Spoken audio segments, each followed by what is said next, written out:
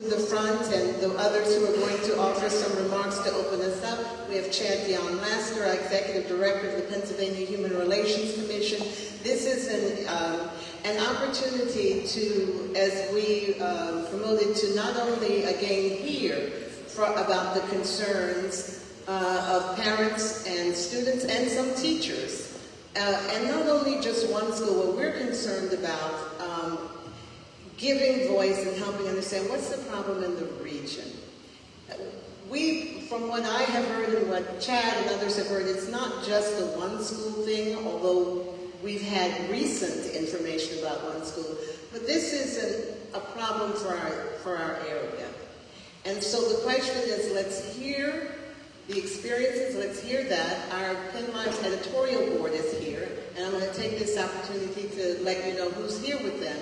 Chad is going to tell you who's here with the Pennsylvania Human Relations Commission, and then we're going to invite people to come and to share as they will, as they would like. I know that we have a former school board member who's going to be willing to speak to us. We have some students and parents who will be here, but anybody who would like to share.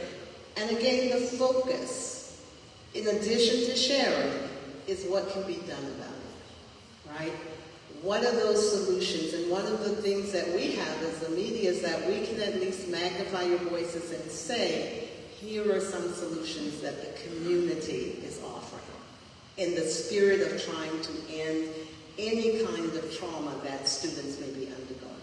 So with that, let me at least just introduce members of our PennLive's editorial board who's here. My fellow partner in crime, stand-up Jeffrey Lord, who's on the way. He's also meets with me every week for Battleground PA, along with Rajette Harris. So if you guys have not subscribed to Battleground PA, we go at it talking about the issues, right, of politics and government. But you know what? We do it with a smile. We do it civilly. We don't agree, right, Jeffrey? But we know how to do it in a way that is respectful to each other. And we have Reverend Sandy Strauss. Reverend Sandy Strauss, she is a longtime member of PennLive's editorial board, formerly with the Pennsylvania Council of Churches. David Dix, who is an entrepreneur in his own right, well known in our region. And so we may have some others coming in, that's our board. But we also have with us this lady behind the thing here. This is Megan, who is not only taking pictures and do this, but Megan is a part of PennLive's Diversity, Equity, and Inclusion Committee, Megan Heaton. So she's representing that here. So that's what we have. We will be listening to what's going on so that we can offer an editorial for our community. And now, Chad. Thank you, Joyce. I would like for all those who are affiliated with the Pennsylvania Human Relations Commission, if you could just stand up. All those that are affiliated with the Pennsylvania Human Relations Commission. We have one of our esteemed commissioners, Commissioner Patel. We have our Director of Communications, Amanda Rothman, our Director of Education, who does all of our outreach, Desiree Chang. We have our hearing examiner, Tamara Shahidi Cope. We have our Director of HR, Lauren Damon. Civil Rights Division, our supervisor, if you can raise your hand, Cheryl Meck. One of our CROCs, which is Civil Rights Outreach Coordinators, Montrell Smith. We have Megan, I believe, Megan from our Harrisburg office, and my special assistant, Zulai Rojas. Thank you. Just really brief, I want to kind of level set this evening, because what happens with a civil rights enforcing agency is that there could be something called projection or a countertransference, that it's the enforcement agency, the civil rights agency coming in, and our community was okay before they came in to kind of turn over some stones. That's not who we are. That's not who we are. This is a partnership between PennLive Editorial Board, the World Affairs Council of Harrisburg, and the Pennsylvania Human Relations Commission, based on the community asking us to come in. The historical challenges that have existed in this district to the very place that we're at now. You don't have to be a sports enthusiast, but raise your hand if you've ever heard of the football player Michael Parsons. Right? Okay. Left this district. Right, David? and went to Harrisburg High. Had nothing to do with Pennsylvania Human Relations Commission. We're here to be neutral. We're here to be unbiased. But for people who are part of this thing called humanity, and for those who specifically live in the black and brown bodies, and they viewed Eric Garner being choked out, and the coroner said he died of morbid obesity. And they saw Derek Chauvin's knee in the neck of George Floyd. He had fentanyl in his system. And now here we are again at another pivotal moment, State Rep Fleming, where this young man, say his name, Justin Johnson, that was somebody's son, someone's baby. That might have been a teacher's favorite student, someone's friend, is now deceased. And we're saying, once again, it's sickle cell. And I'm not here on either side. We're here because our civil rights division of 5 was in the community, listening and learning and hearing stories that were not so historical, that were stories of racial and ethnic intimidation in this district. And so today, I want to be remiss if I didn't thank Joyce for bringing us in as a social justice partner. There's an African proverb as I take my seat that says the lion's story will never be known if the hunter is the one that tells it. We have people who are willing to tell their story. We have 2 students who woke up this morning with probably levels of anxiety. I'm a therapist. And who were not able to make it here. And there are board members, former and otherwise. So I'm asking all of us to be present, consciously and subconsciously, to not look at the PHRC as if we're the problem, because we didn't create any racial animus in any of these districts. We have a problem. But we're here to listen, we're here to learn, and I'm not so certain that we're going to get a solution tonight. No, because this stuff is deeply rooted. Jeffrey and I, we're political scientists. This stuff is deeply rooted, so it takes a period of time. But we're so excited to be here. I want to welcome everyone that's online, everyone that's here. And once again, for the Pennsylvania Human Relations Commission, we're excited to listen. We're excited to learn. The listening and the learning leads us to make sure that communities are void of any form of ethnic, racial discrimination or any form of xenophobia. Thank you. Thank you very much. Thank you. So I guess what we want to do now is we have some people who've asked to speak, to be able to speak, and we want to make sure this is an open microphone. Anyone who would like to share something, anyone especially who would like to offer some thoughts about what could be done, this is the time for you to do it. So we did have Ms. Cofield, who is supposed to be here, but I guess she's on her way and not here yet, who wanted to offer, which was apparent. But at this point, the microphone is open to whoever would like to. Ms. Frivolous, would you like to join us first? I know you wanted to have a few words.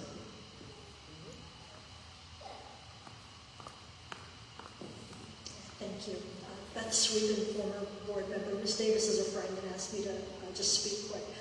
I'll be brief. I just wanted to relay my experience. I ran 2017, lost by a narrow margin, but campaigned on fighting for equality across the district. We all know there's the east side and the CD side.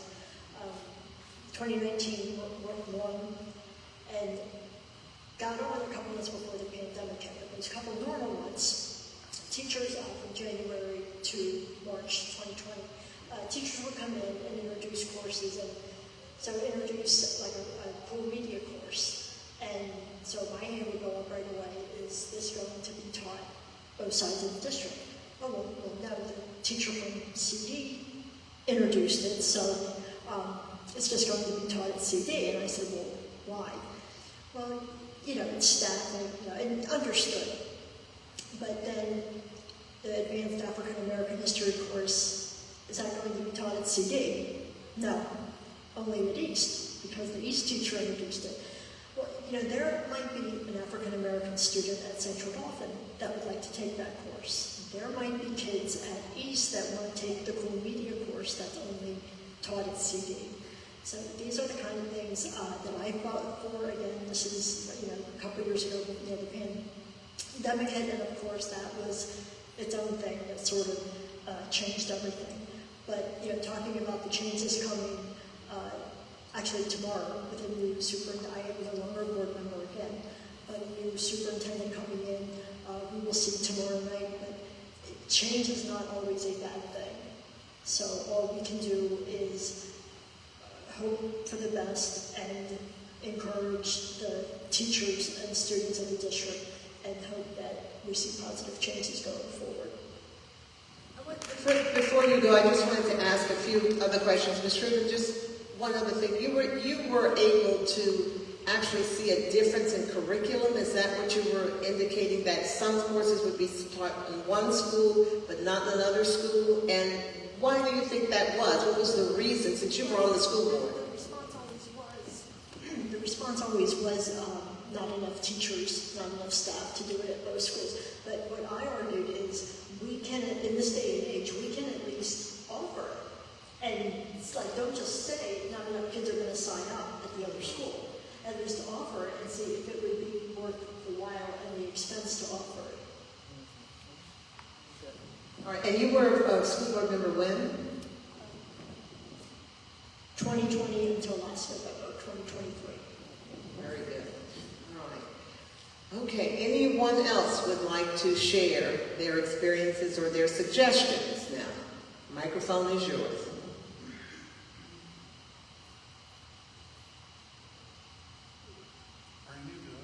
You can come. Mm-hmm.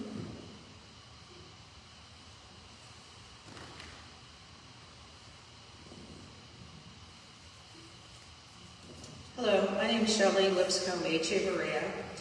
I grew up here. I went to hello, hi, I see lots of friendly faces. Hey, friends.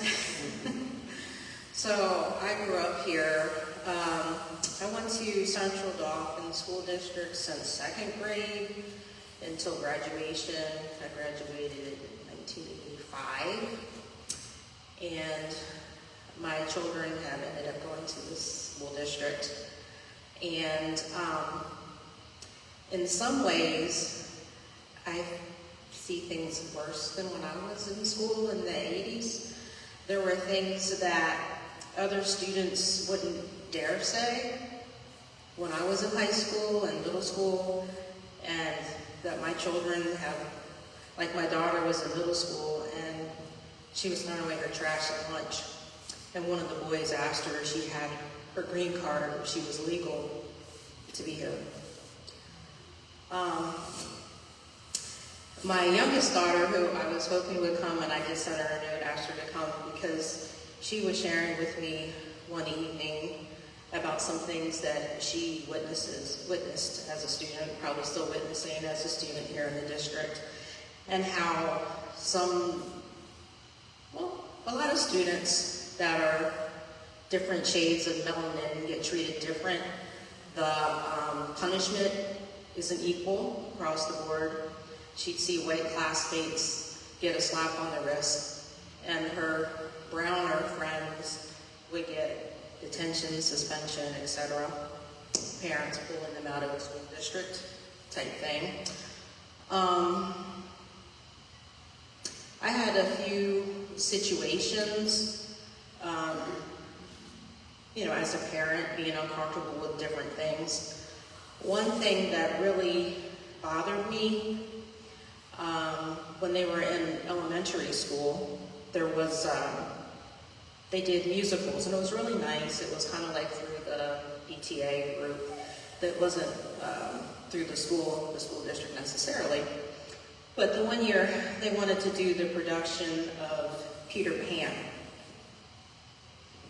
And I had an issue with how the classic movie represented the Indians.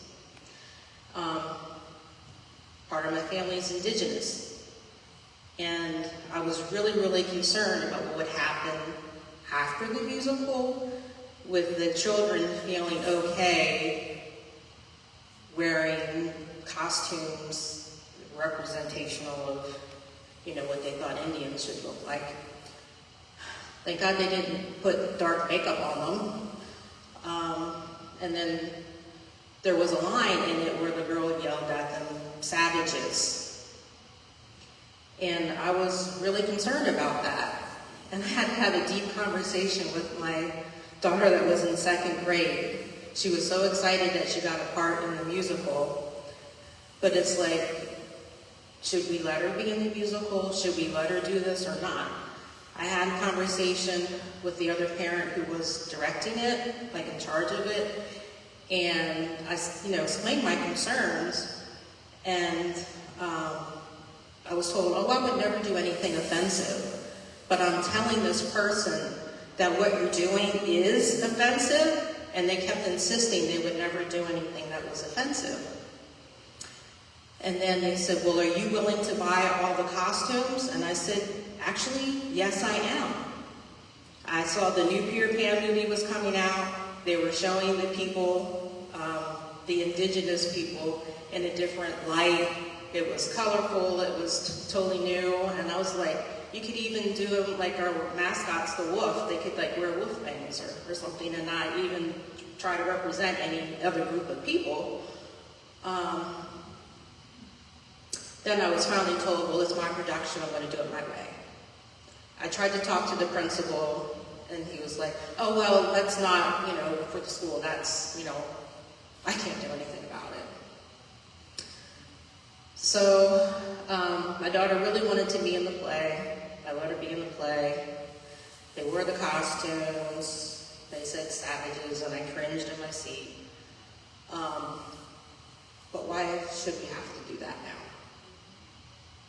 Is it really like nobody can do anything about it? And the thing is, if we keep allowing stereotypes about people to be okay, then marginalized people start being treated in a way that is offensive and it is oppressive and is just not right. Thank you. We appreciate your share. I don't know, is Ms. Zaveri Cofield here because she wanted to be, she's a parent who wanted to be here? And she's 10 minutes away, okay. Anya Lewis was also asked to be on the program? No? All right, well, when Ms. Cofield will have it here. Anyone else would like to share? One of the things that's come out, I believe you mentioned, is that there is a search for a new superintendent. Is that going on for Central Dauphin? And we understand and that we invited him. Eric Turman is one of the finalists. Eric Turman is right now the superintendent for Harrisburg School District.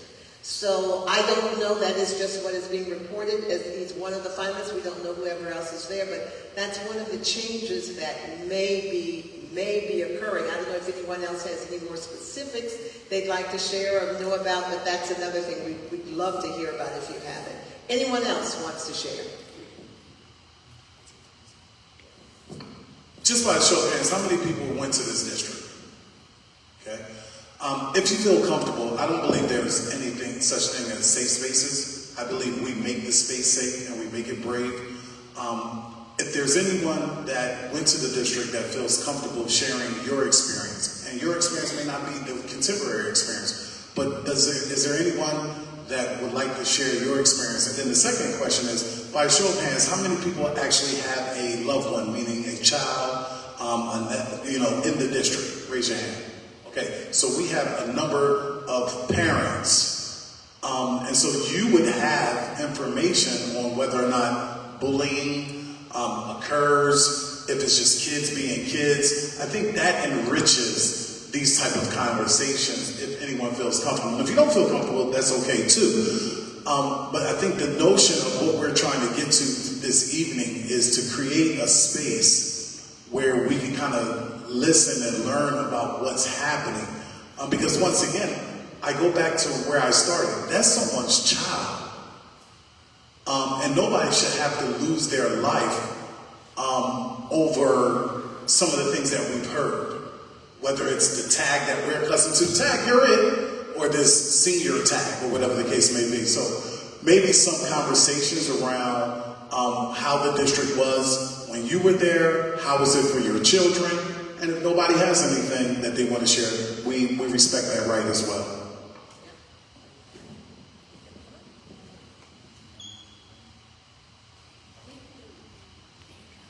You were looking at me. You knew I was going to say something. He was looking at me, y'all, so he knew I was going to say something. Good evening. My name is April Ash. I serve as the Executive Director for the Pennsylvania Legislative Black Caucus under the leadership of State Representative Napoleon Nelson. I bring you greetings.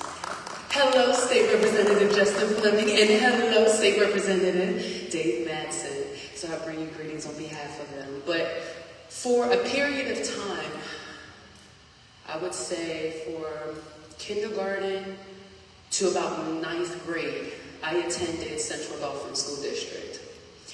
And while attending there, when I was in the 7th grade, there was a Caucasian woman that called me the N-word on the bus. Flat out just called me the N-word while I was on the bus. We fought, let me just say that, yes, I wasn't all the way together back then, so yes, we did fight. And I was suspended. She was not. So the disconnect even then had always been there. The racism has always been there. It's a matter of we now have students who are videotaping. We now have people that are not afraid to speak up. And I'm grateful for those people that are willing to speak up, the parents and the students and the community, because back then we didn't have somebody to fight for us. Now we do. Now we have more representation of black and brown people that look like us and that are willing to do something about it. So I thank you guys for having this. I thank you for hosting this, because when I was in school, we didn't have these kind of forums. And so there was no safe space for me to be able to say, hey, I was called the N-word. And again, I was suspended. She was not. Thank you very much. That is the story, unfortunately, that we heard also at the school board meeting, that some of the students stood up and said that even if they were attacked as people of color, if they responded in any way, they got the exact same punishment. It was no differentiating. So that is a concern. Yes, you can. Wait, out.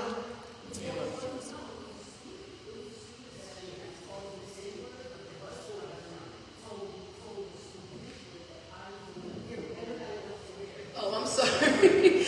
I'm sorry. It was a student. It was a white student that actually called me the N-word on the bus. And the bus driver told the district that I was at fault because I was the one that hit her. Yeah. So that was it.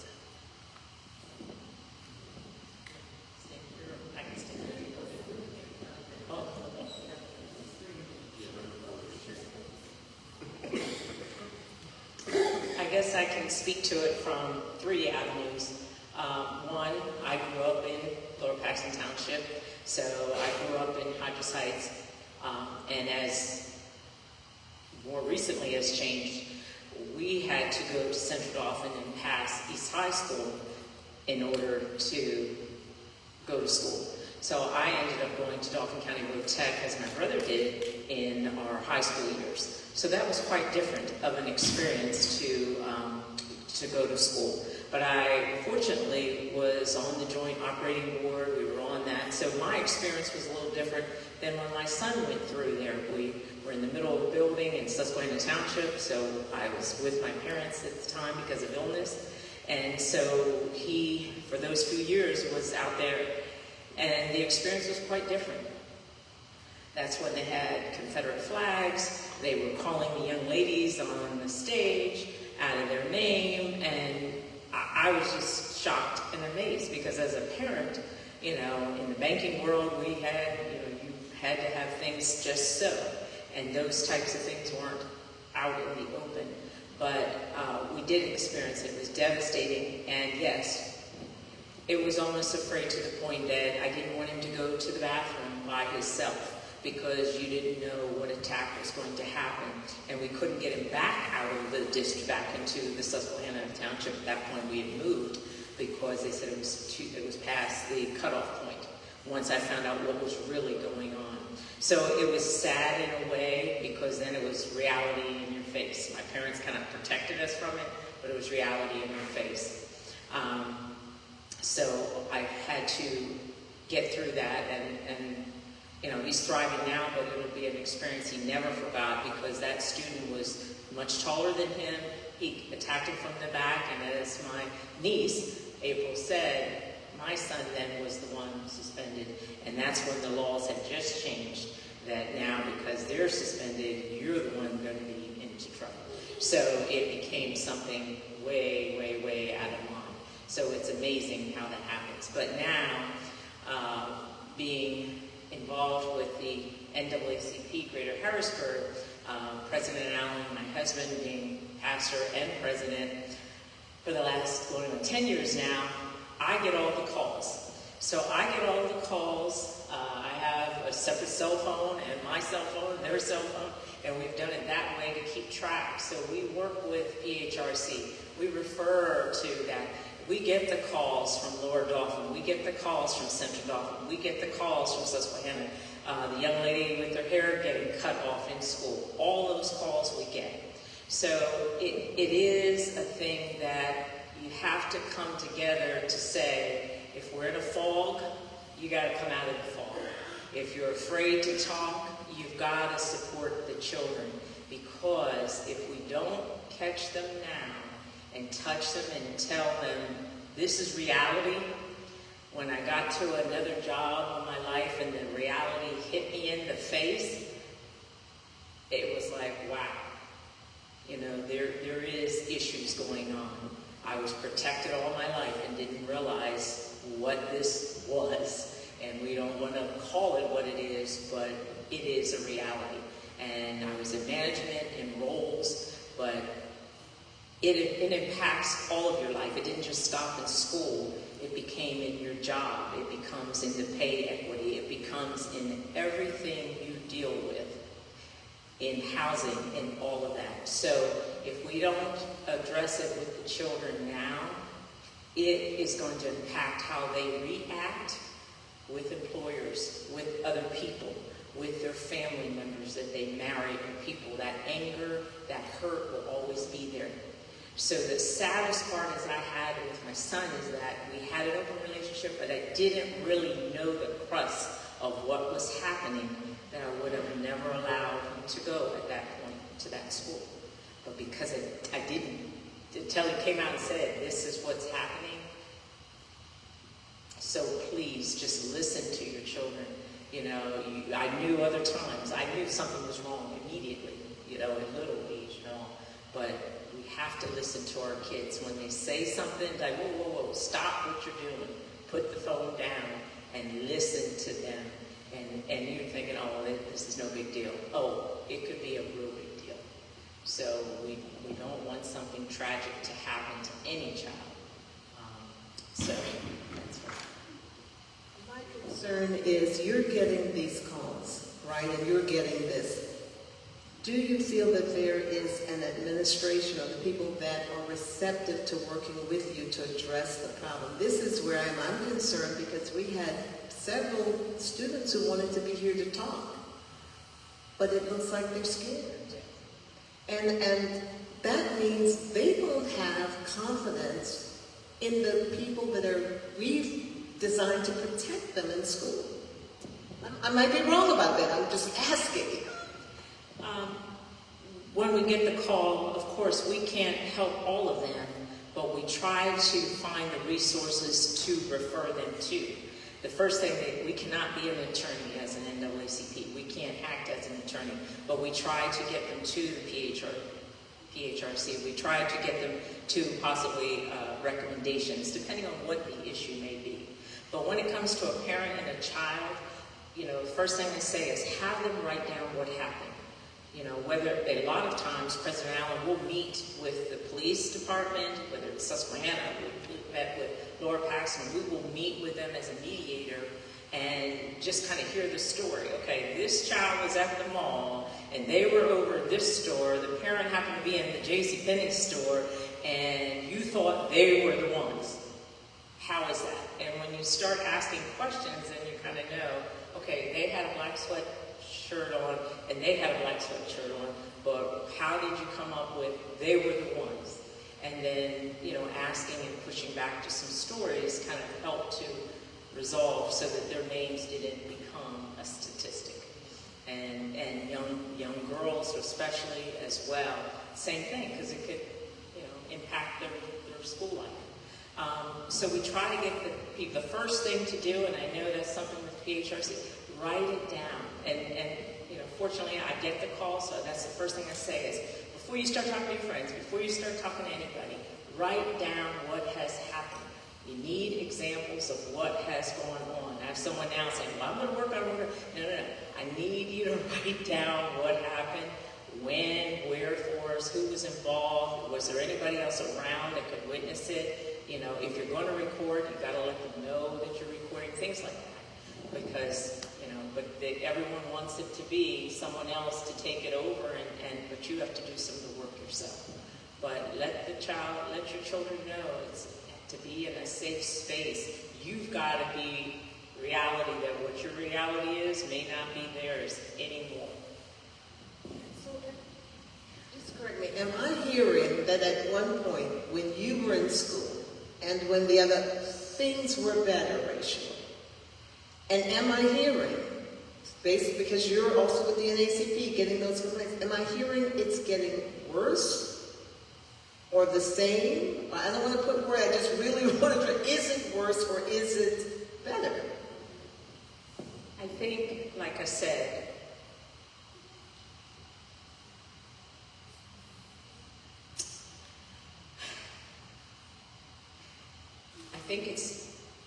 when I think of some of the friends or acquaintances that I knew then, they're gone now.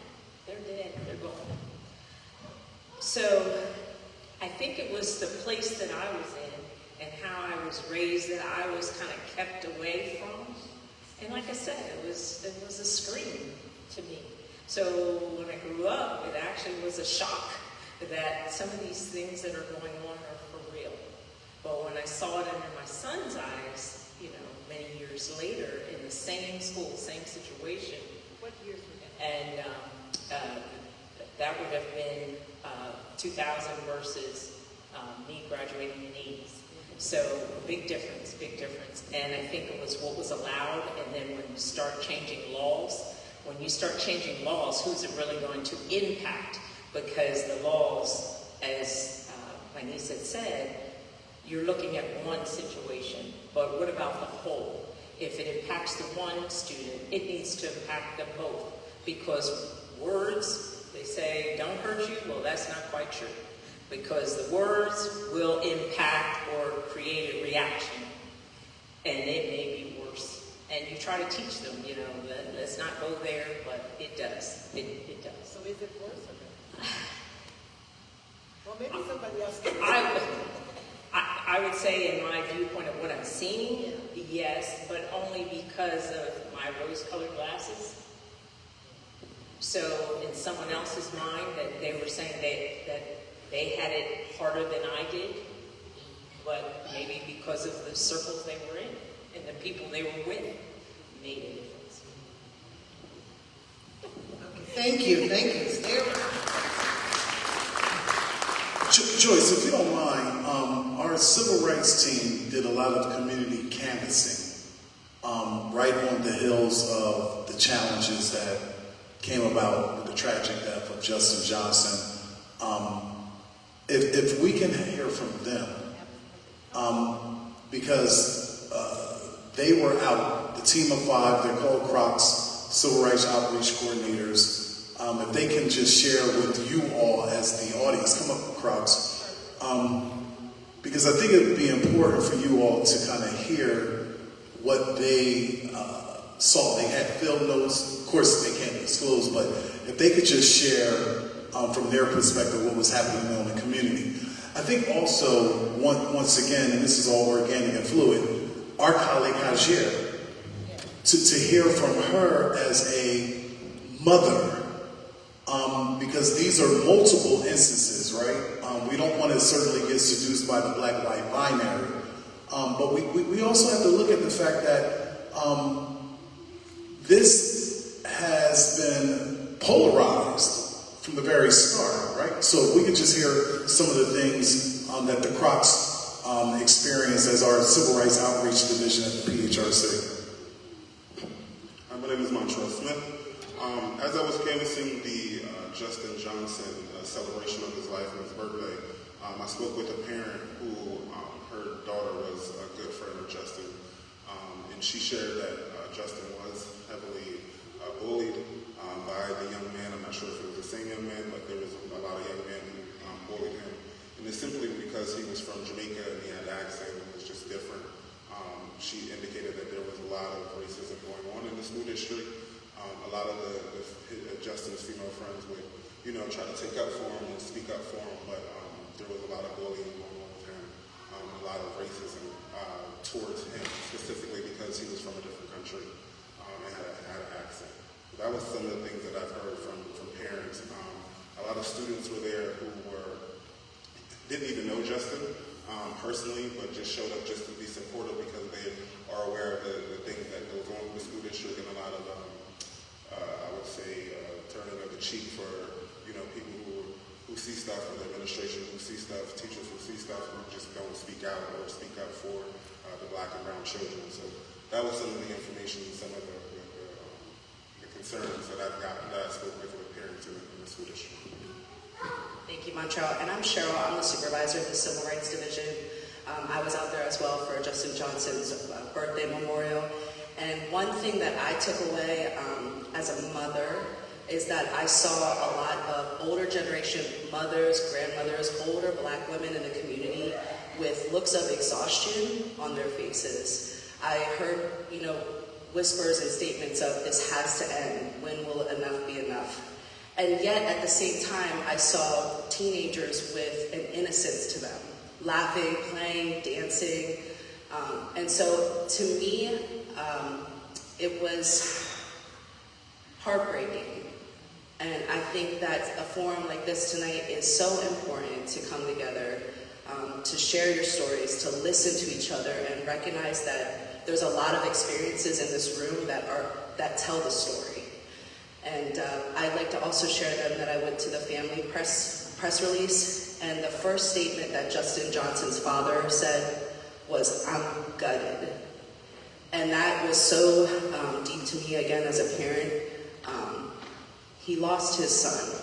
And I think that if we can take tonight and continue to do what we were doing and share those stories, and I encourage other parents who have students in the district to please share. We need the world to know what's going on, because some people think that it's done and over with, and that it's not what it is today. And we need to let the people know it's still very much happening. And I thank you for your story of when you were called the N-word and how you fought back and you got in trouble. I have my own stories with my son, who's only 10. For example, playing at a playground, and they were playing cops and robbers, and he wants to be a cop when he grows up, but that's like a tag game. And he said to the children who were predominantly white, "Can I be a cop?" And they said, "No, because we're going to shoot the black kid." And so I'm right here with you with these stories of pain. I have them myself, and I am just very thankful for this platform right now that we have tonight. So, thank you. Thank you, Crocs. Joyce, as you know, our Director of Communications at PHRC, for the audience here, sent us some questions ahead of this. And one says, "I would like to share concerns, but I am scared to do so. I may just submit an anonymous write-up of my concerns with an organizer. Thank you for standing together for our children." But listen to this one. I'm a former Central Dauphin School Board Director and Assistant Board Secretary. I repeatedly suggested that we do community forums at the high schools and junior highs where we have behavioral issues. No one was interested. We have to get to the root cause of the behavioral issues in bullying. That's macro. That's meso. That's micro. That's a person who's in multiple kind of positions. And I just wanted to kind of like frame that out. We heard that the person was 8 minutes away. Has the person gotten here? Hi. Welcome to the beloved community. Why don't you come on up? You can bring your baby up with you. Not a problem. It's a family affair. How you doing? Hello, thank you. Yeah, why don't you tell us who you are? My name is Sally Zubiri Cofield. I am pretty new to the Harrisburg community, to Pennsylvania. I've been here 2 years coming up. And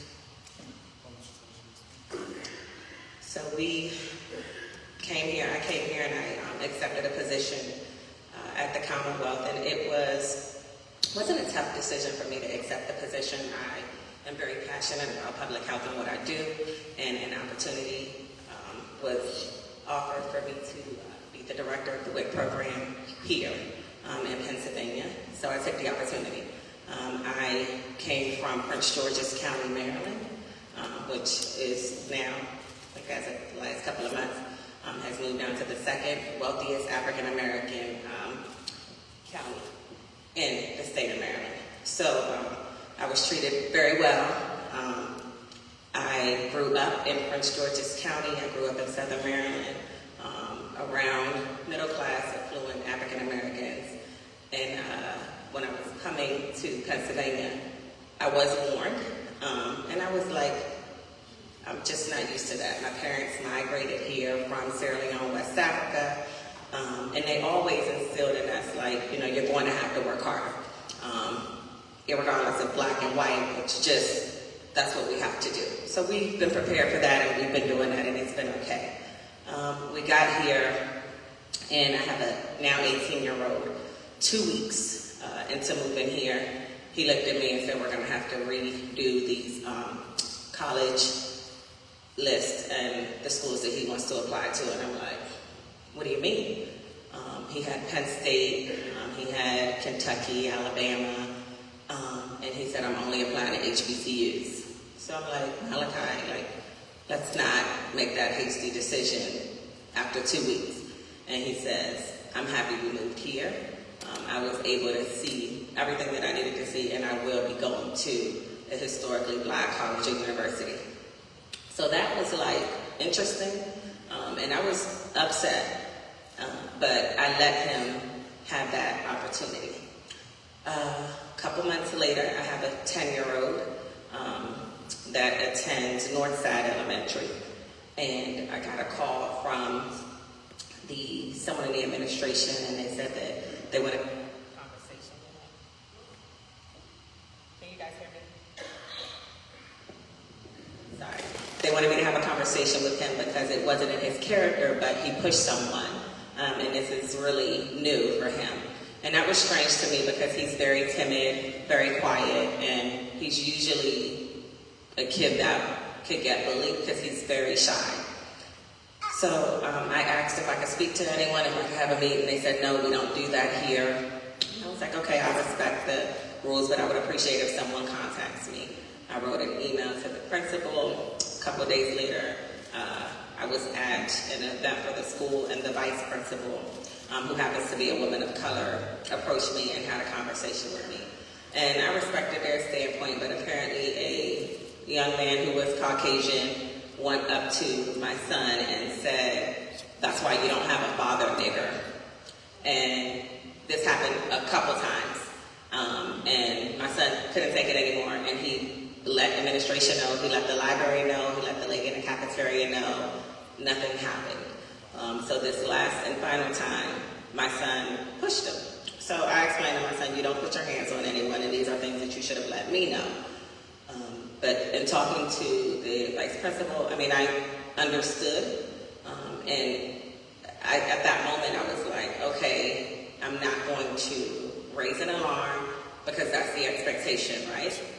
Now I'm also here working in the Commonwealth, and my kids are going to school with these students, and I'm working and I am directing the parents. And I get called in an office and I'm told that you've been investigated for the last 6 months. This is now 8 months into my position. That I took a $40,000 pay cut to come here to Pennsylvania. And I'm now going through a divorce, so it's not been an easy transition. And I was told that I've been investigated. I was told that I molested someone, I hit someone, I abused someone else. I told another one of my employees to shut up. I mean, there was like 5 pages of all these things that I've been accused of. I asked for representation. They said, no, we don't do that here in the Commonwealth. You're a state employee. You have to sit here and go through this process. At that moment, I'm like, okay, like really torn. I want to do what's right. I want to voice my opinion. I want to quit. I want to walk out. I want to tell them how I feel. I also know that this is what's expected, right? I'm a woman of color, so they're going to expect me to act a certain way. That's what I've been told. So I have to now be better, and I have to be bigger than that. And I did. A week later, I reached back out and I'm like, hey, what's going on? And they said, oh, no worries. Everything was unfounded, and you can go back to normal activity. So, really angry, really upset, but I love the program. I love what I do, and I'm going to continue to do this gracefully, and it's not about me. It's bigger than that. And then this Justin Johnson issue comes, and it really burns. And the thing that hurt the most is I'm from the Washington, D.C. metropolitan area, and the lack of community that I've seen revolving all of this was just very scary. I went to the school board meeting, and I was just very underwhelmed at how many people showed up. Again, not a black thing or a white thing, but we have to first recognize it as a problem, and we don't recognize that here. And I say, like, my mom constantly, she's praying for me, and she's just like, I pray that they don't see the black in you. And this Justin Johnson incident was like, no, I want them to see the black in me, respect it, don't fear it. And it's okay, and we have our white counterparts, and I'm okay, like, I don't want any apologies for being white. The reality is that this is America, and this is Pennsylvania, and this is Harrisburg, Pennsylvania. And I want you to use your white privilege to do something that matters. Our kids have to go to school together. They have to live together. We have to teach them how to love. And the reality of it is that our kids are dating each other. They're marrying each other. My in-laws are from Baltimore City, and we got here last year, and my son went to prom with a white lady girl. And I mean, it was so beautiful. I was so excited. And my mother-in-law came and she was like, what in the hell is going on? And I had to like say, that's not what we're teaching. But the reality of it is that this is learned behavior, and they learn it at home. So it starts with us. I took some time off work these past couple of weeks. I've just been reflecting. Should I go home? And I made the decision, I'm going to stay here. And my 18-year-old looked at me and he was like, it's hard, and I'm leaving, and I'm going to North Carolina. But Mom, I think that, you've been asking God, why did he bring you here? It's a reason. So I know I'm here for a reason, and I'm committed to do whatever it is that I need to do. I know that it's going to be an uphill battle, but we definitely have to come together. Wherever you're from, I'm sorry. All kids act like that. Nothing to do with that. But yeah, so we're just gonna have to get together. I mean, it's hard. The Justin Johnson incident, it did not have to happen, but it's happened, and my prayer is that it happens to make a difference. I sat and I hear so many stories of how it used to be, and the sad fact is that it's still this way, and we have some noise making to do. So I appreciate the opportunity to even come here. I would have had no clue. And thank you for the reminder, because I've been crazy. But yeah, come together. We have to be okay to talk about it. It's okay to have the hard conversations, and it's okay to teach each other. Let's just do it with love. But yeah, appreciate it. Before we go on, your son has decided, because of his experiences here at Central Dauphin, that he's going to go to a historically black college. What happened to him here that he doesn't want to go to, I mean, not that there's anything wrong with historical black college, because that's fine, but is he just giving up on white people? I mean, I don't know what's happening. That's a good question. And he's not giving up on white people because he's got lots of white friends that, in Prince George's County, he didn't have that. So we appreciate this opportunity, but he's a teacher. And he's always like, we teach people how to treat us. We teach people how to respect us, and we teach each other about our differences. But he was attending a party with someone, and they picked him up, and I was very nervous about it. And I was like, okay, they can pick you up and just tell me where you're going. And apparently he couldn't drive himself because he was going to Dauphin. And apparently he couldn't go to Dauphin alone. He had to go with his white friends. So that was the first incident, and that whatever else happened in that 2 weeks, but I can't go to Dauphin alone, and you're going to need us to, if you want to go to this party in Dauphin. That kind of made him say, I'm only going to apply to HBCUs. So because he was a black young man, it would have been dangerous for him to go alone to Dauphin? Yeah. Well, we know there are places called sundown towns here, but I don't know Dauphin County. Well, anyway, you guys explain it. It's not Dauphin County, not Dauphin County. Dauphin is right near Halifax. Near Perry County, if I'm not mistaken. So that is definitely not a place that we want to be by ourselves. And that's what he was told. So. What an America we live in today. You can't go to Dauphin by yourself. Yes. Reverend Strauss. This is on a completely different note, but I've lived in Harrisburg now for 27 years, and I remember when I was first preparing to move here, and there were people who asked me, when I said I was going to be moving into uptown Harrisburg, they would say, "Are you sure?" And I knew exactly what that meant. I still get those questions today when I tell people where I live. Really? You live there? I've lived there, as I said, for 27 years, and I've loved it. But I had another thought, too, and that is, has it gotten worse over the last few years? It seems to me that there's been more of I would say a permission structure maybe for people to say things and do things that they may not have done a few years ago.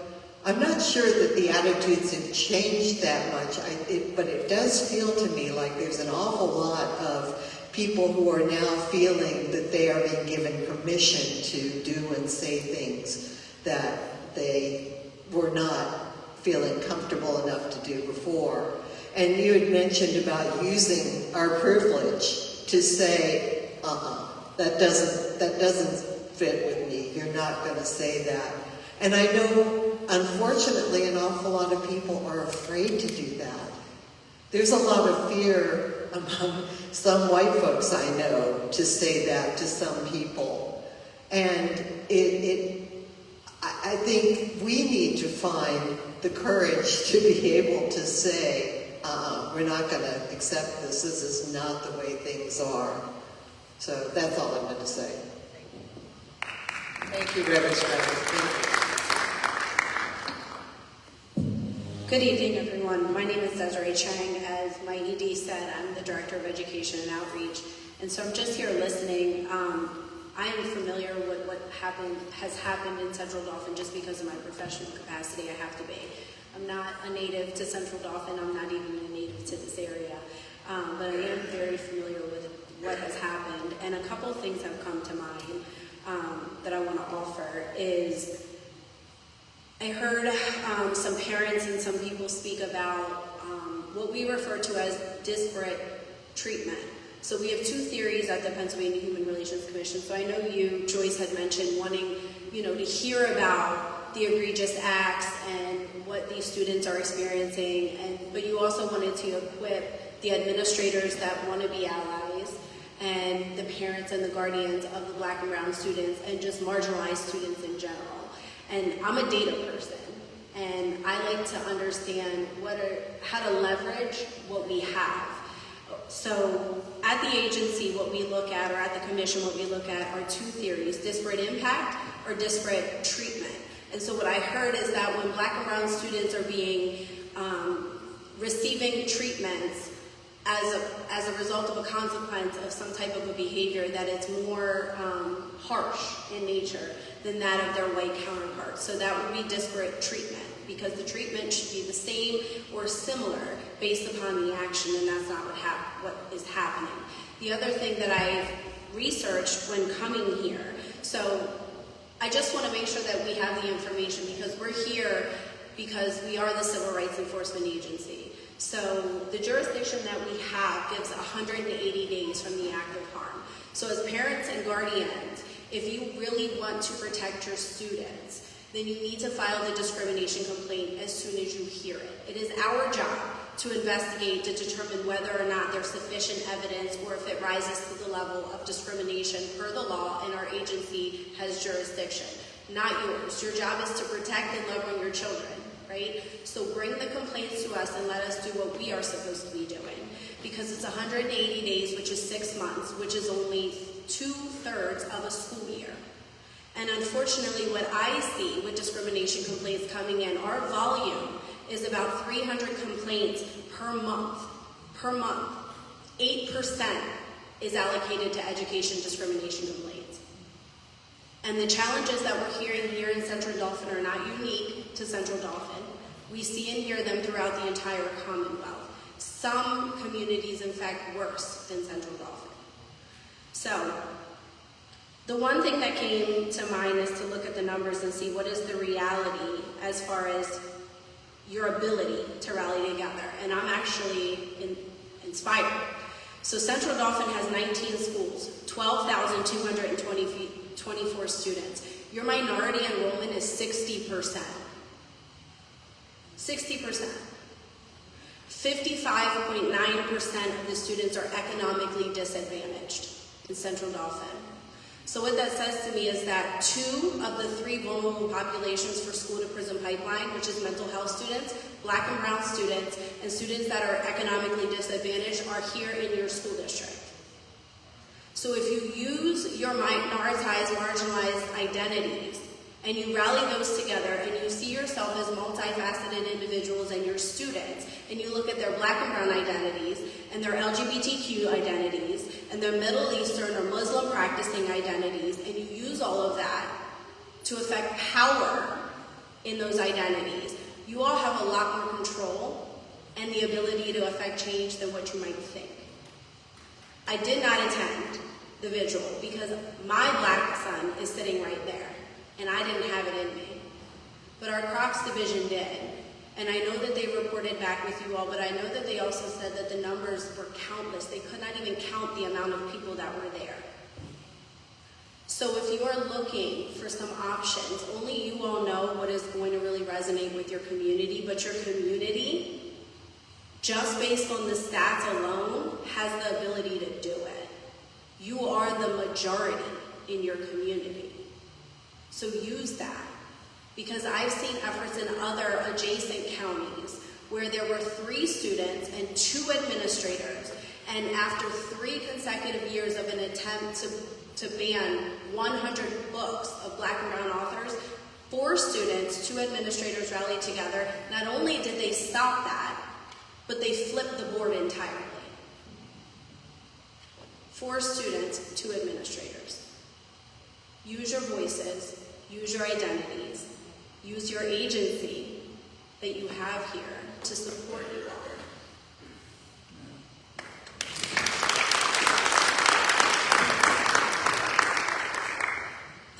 I don't think if we sit here for a couple years to hear stories, then it's going to be the same stories, and it is good to vent. It's really good to hear each other. But what I'm really interested in hearing, what are we going to do next? It can't be business as usual, and it's been business as usual.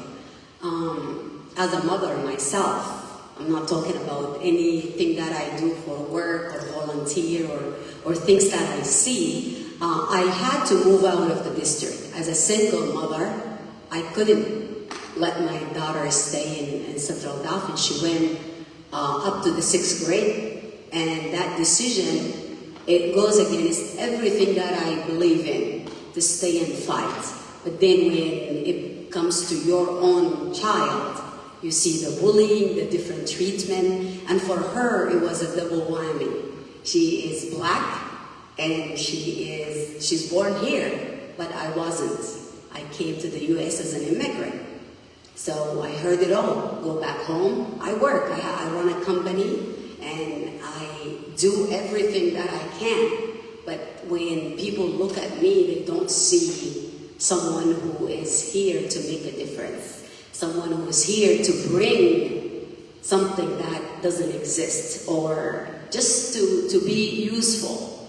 They look at you as someone that is here to take someone's job, or here is someone who is criminal, or whatever.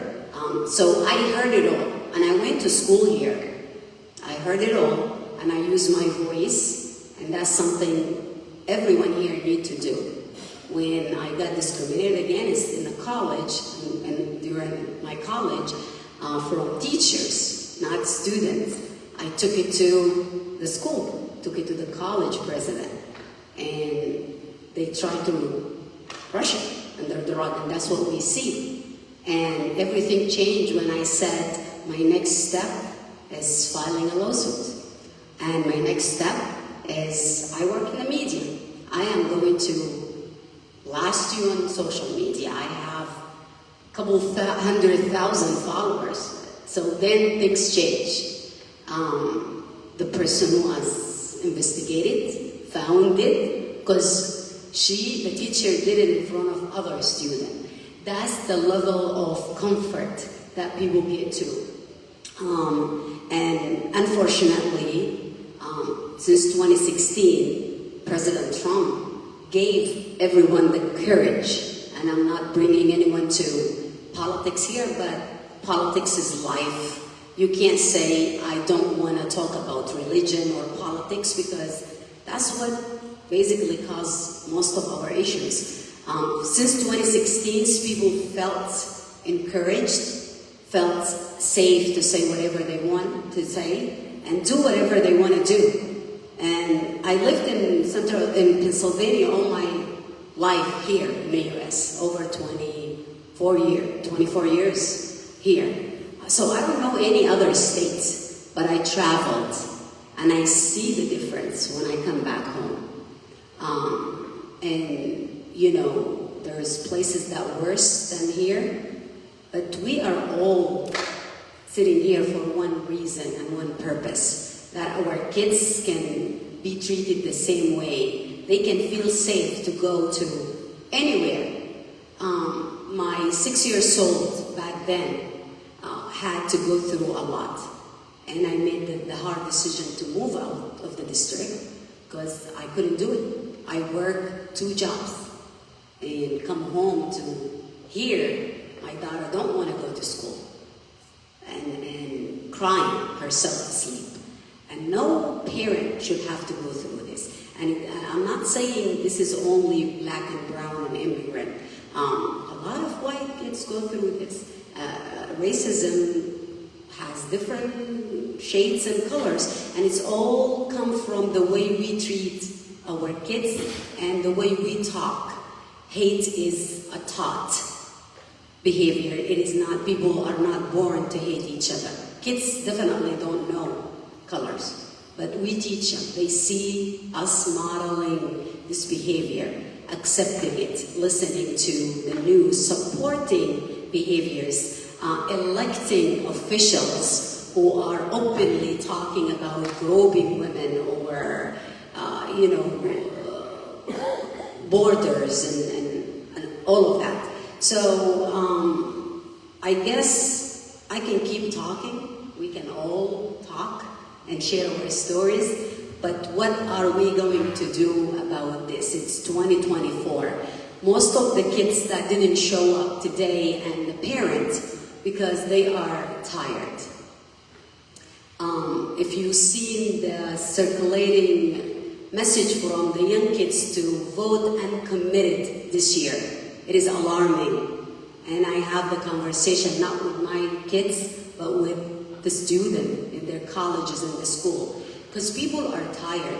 They feel we are not going to make any difference. We can come, sit, gather, eat, be upset, and go home, sleep, and forget about Justin Johnson, forget about anybody else. The fact that the media, the police, everyone is twisting Justin Johnson's death. Yes, he did die of complication, but what caused this complication? George Floyd died of lack of oxygen, but who caused the lack of oxygen? We cannot keep sugarcoating things and trying to make it sound and look good by giving it, yeah, everybody died because their heart stopped, but what stopped that heart? Like, we have to be realistic. I think we need to find solution. We all need to come up with what do we want to do. But before I give it to you, Joyce, I want to ask the Pennsylvania Human Relations Commission if they can tell everyone first how we can report, how many reports are considered an open file for those cases, and who we need to reach out to. So we have 3 regional offices. The regional office here would be Harrisburg. You can file by coming into the office, by calling on the telephone, by filing through the website, or you can just call one of our regional offices and ask for a complaint to be sent to you. We can do it. We don't have anything automated or anyone automated. You're going to get a real live person. And the intake investigator is who will go through and get that preliminary information with you to see if on its face it's jurisdictional. So just that your student is within a school that is not distinctly private, which none of the ones that we're talking about today are applicable for that. They would make sure that your alleged discrimination is within the 180 days, and just again on its face, because we can't determine whether or not a complaint has merit. And when I say merit, it's our legal term. It's what it is to be able to sufficiently demonstrate that discrimination occurred. We know it happens. Can you demonstrate it? So one of the other individuals had mentioned about documentation. Document. Every kid has a phone on them, every tech device, you name it. Record it. Write it down. Have their friends write it down. Keep a paper trail of what's happening. And if that's what your student's not going to do, or if you know your child's not, then one of the other parents said, listen, put your phone down. And when your child is saying, oh, I didn't have a bad day, it's that math teacher, it's that math teacher, it's that math teacher. Okay, wait a minute. What's the problem with the math teacher?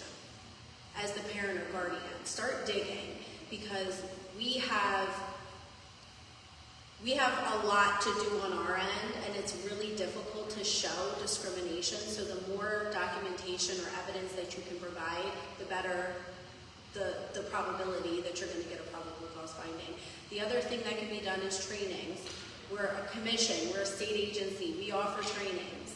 So we can offer trainings to your administration, to your students, if you're interested. So just, again, rally together and take the information. Somebody said about how African American Studies was offered in one school but not in another because there wasn't an interest. Circulate a document that shows the student interest.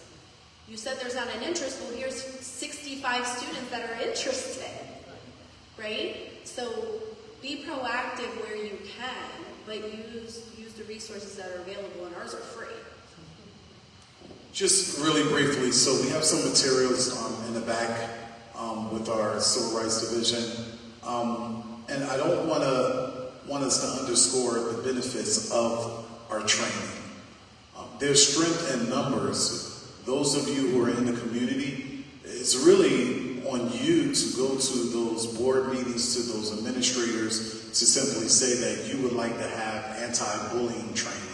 you would like to have whatever the trainings are, we can curtail them to your specific needs. I also want to underscore what Hajer said, which is bullying crosses gender and racial lines, right? So no one in Pennsylvania should be discriminated because you're a white person from a rural area, or you're an immigrant, or you're a migrant, or you're an African American in a rural area or a suburban area. So one of the things that we see at PHRC, that's why I stated that we don't want to get seduced by this black-white binary.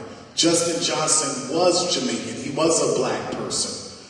But we receive so much data, and I know the NAACP does as well, of how young people and others are discriminated against. White males or young white males discriminated against because they like NASCAR. I'm not being stereotypical here. But what I want to do is I want to push back against this notion because if we're all part of the human family, we have to come to this space to fundamentally understand that demographics are changing in PA. And a lot of people are not happy about what Hazleton is getting ready to look like, or is looking like, or Lancaster, or Reading, or various other spaces. The bravery that the mother just showed to muster up the courage to say what she said, to be vulnerable in a room with video on. And that's what's happening. Respectfully, those Cheerio commercials, State Rep Fleming and David Dix, we know they now have us in them. Respectfully, those Cheerio commercials used to didn't have black and brown people in them. The Snuggle commercials, the Tide commercials, and the fabric softener. Biracial kids are in those commercials now. And a lot of people are not happy about that. And that's where community forums come together, is that we're talking with each other and not talking past one another. We had black mothers that also told us as young black males, if she can't take the comb, don't bring her home. And so we didn't look at young white girls in our community until we got older and we said, wait a minute, all young ladies and all people are attractive. And so we have a lot of things to do, but we want to be proactive. We want you to grab some materials. We also want to respect the school. I got a text message that we had some individuals who were going to speak who were part of the board, but legal counsel told them that they can't speak because of the ongoing investigation. We respect that. I want to say that again. We respect that. We also want to thank the school for creating mental wellness spaces for the young people to deal with the trauma. This is going to be an ongoing thing. I think, Montrell, the day of the rally was the day of Justin Johnson's birthday.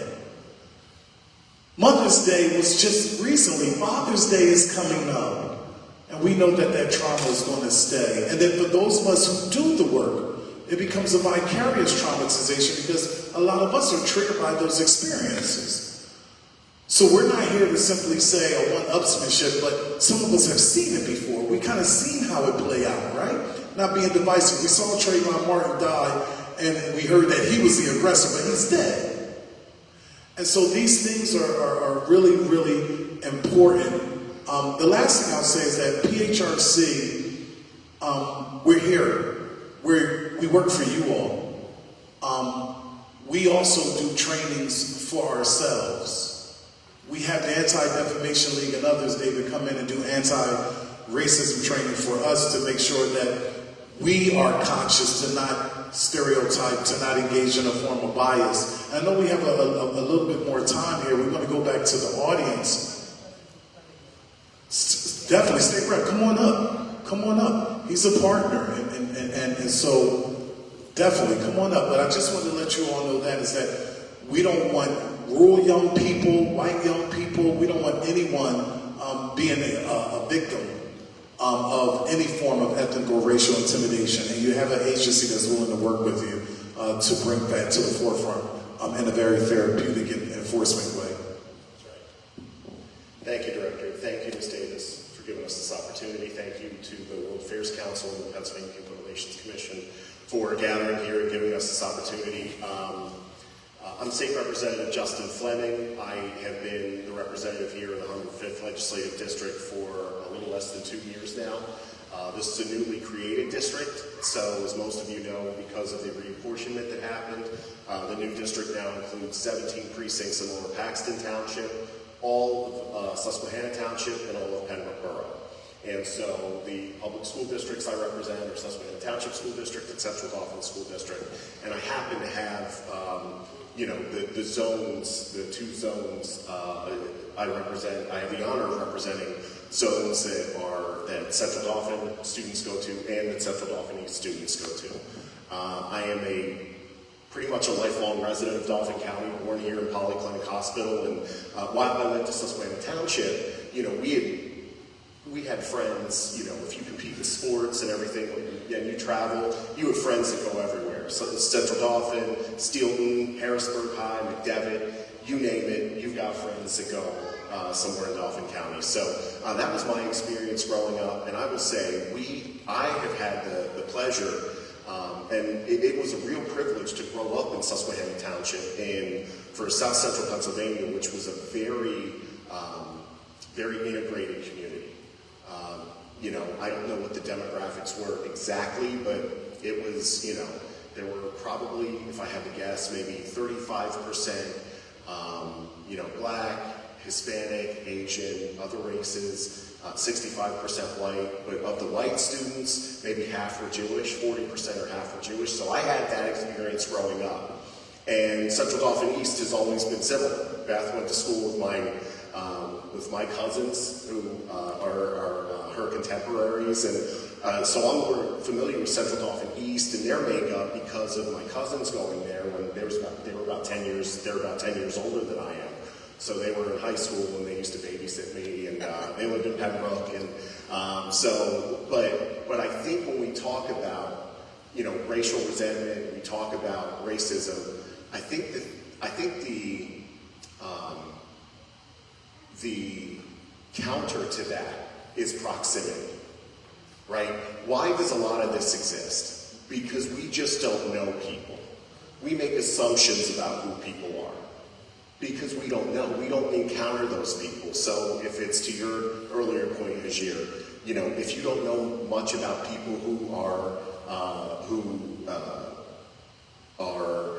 practice Islam or are Muslim, and you just sort of take in what you see in media or in popular television, you are going to think a certain way about those folks. Encountering them encountering those who are different from you is a real counter to having those views that may not align with reality.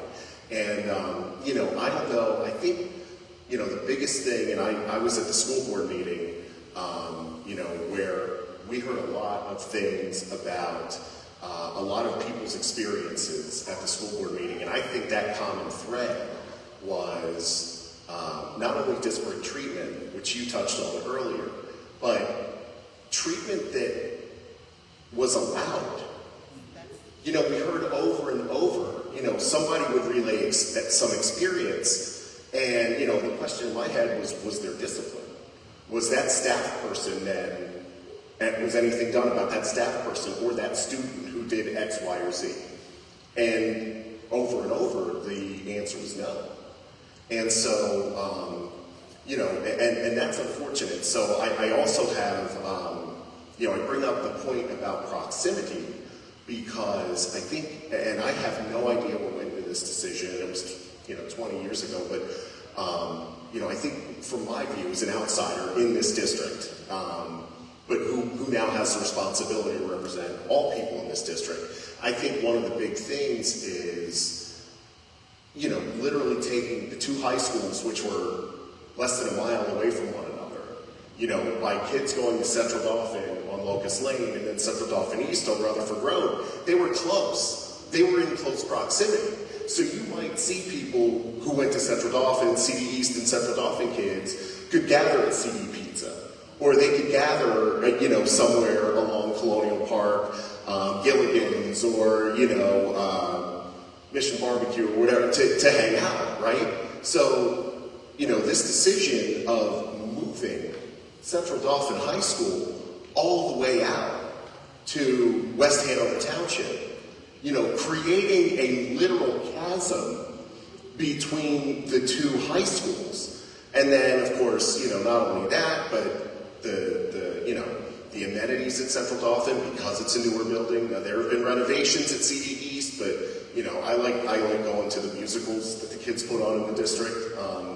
And you go to Central Dauphin's auditorium, it looks like it belongs in. It looks like a Broadway theater. I mean, it's absolutely beautiful. CD East's auditorium looks a lot like Susquehanna Township's. It's basically a carbon copy. I think the same people probably designed it and built it. And it's fine. It's functional, but it just doesn't. It doesn't have the shine that the auditorium at Central Dauphin does. So, I'm just offering my thoughts, and I happen to know have good relationships with several individuals on the board of the Central Dauphin School Board, and I've pledged to offer my support and my help to try to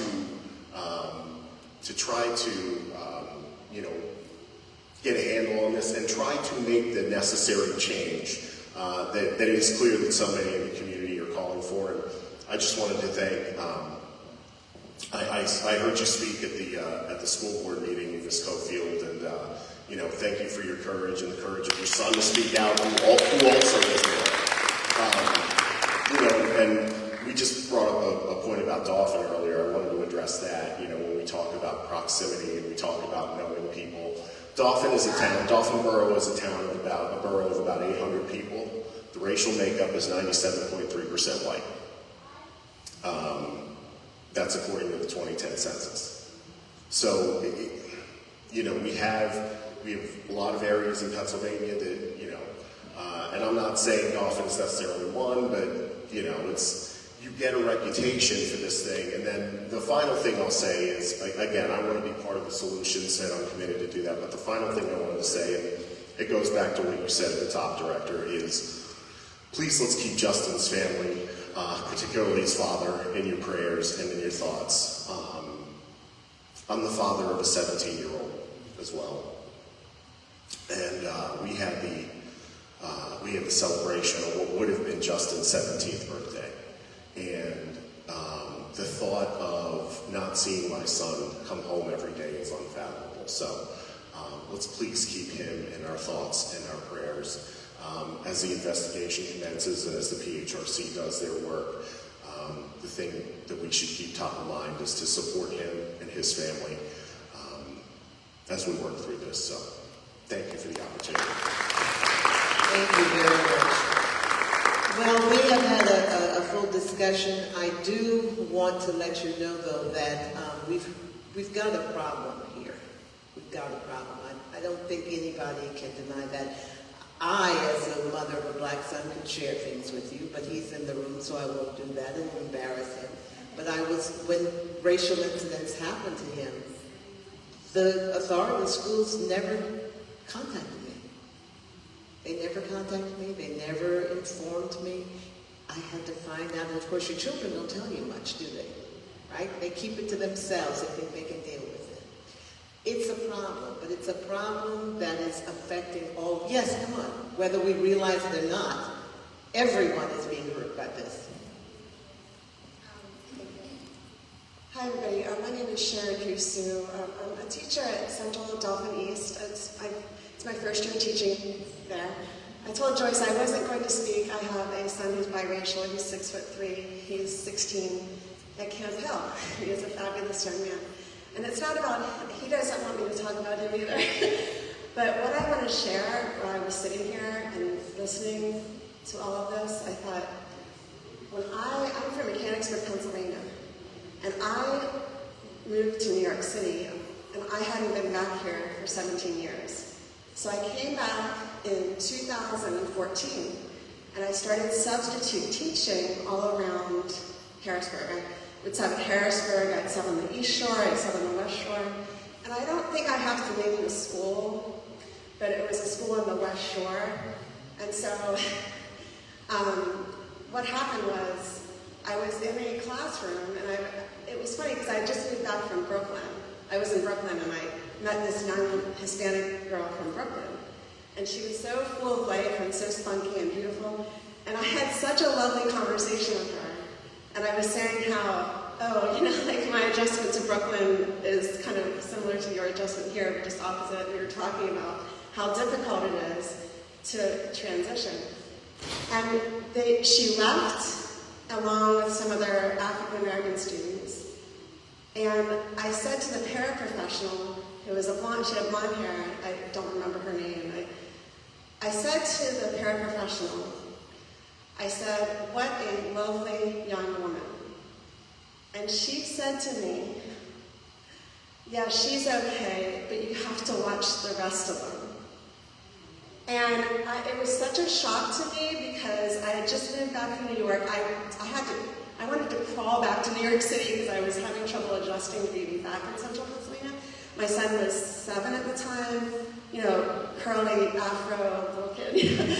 And so what it was that I'm white, but I'm like incognito, and she's thinking she can talk to me like this.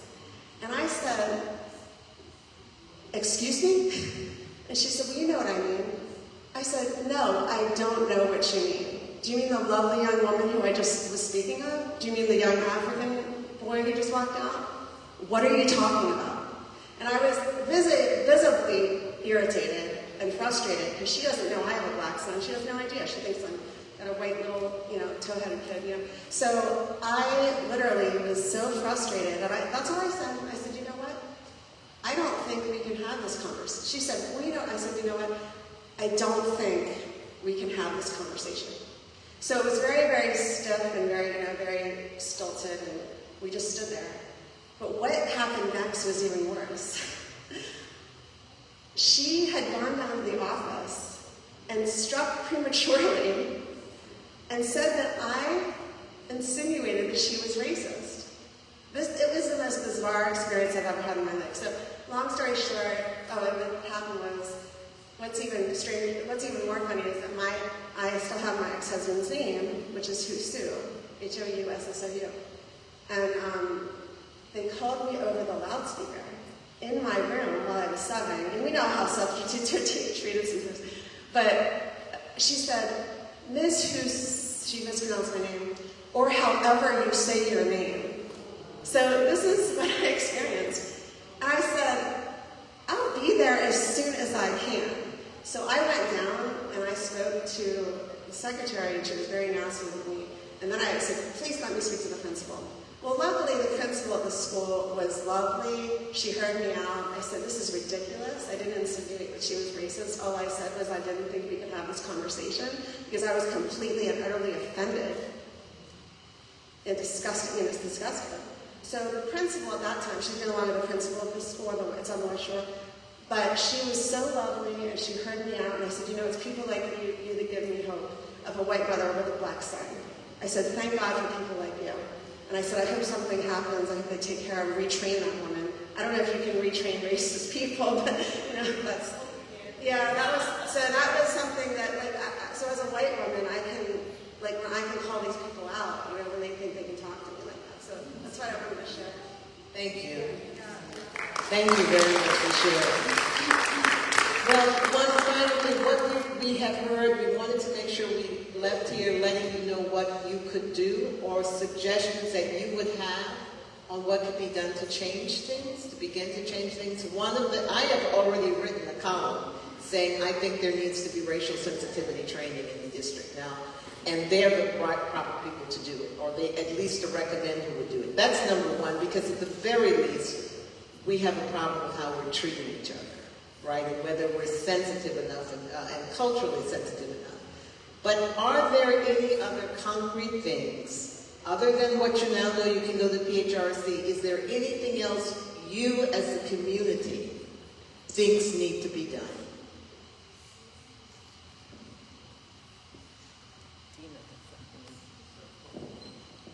It's conversations like this. It's the support. I'm sitting here. I work with Dr. Davis on the World Affairs Council. Yeah. One of those places. It's conversation. I'm looking around and I see people that look like me, but then I see people that don't look like me. And we create the safe spaces. We have children I'm a grandmother and I'm scared. My granddaughter's going to be 2. And what's the world going to look like then? My son is mixed. My ex-husband is Black and Indian. My son is 6'6", was called Osama bin Laden. His name is Ashoka. And I always make them say his name. Say Justin's name. Say the names that their parents want to hear. They want to be able to say their names. We have to not only support the parents, the neighbors, the friends of the neighbors. We need to support the staff. We need to support the janitors. We need to support. And one thing's for certain and 2 things for sure, it's not going to stop here. The conversation is going to keep going because we have a group of people that know that we need to have the conversation. Loved what the lady just mentioned. Don't think that just because we look alike that I share the same ideologies. And it's evident in this room that everybody is tired of talking and it's time to start doing. So we're starting. Let's not stop the conversation.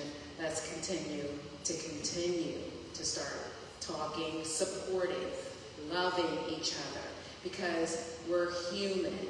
And what does humanity mean? That means that every single person on this earth belongs. And when we bleed, we bleed the same color. Right? Thank you.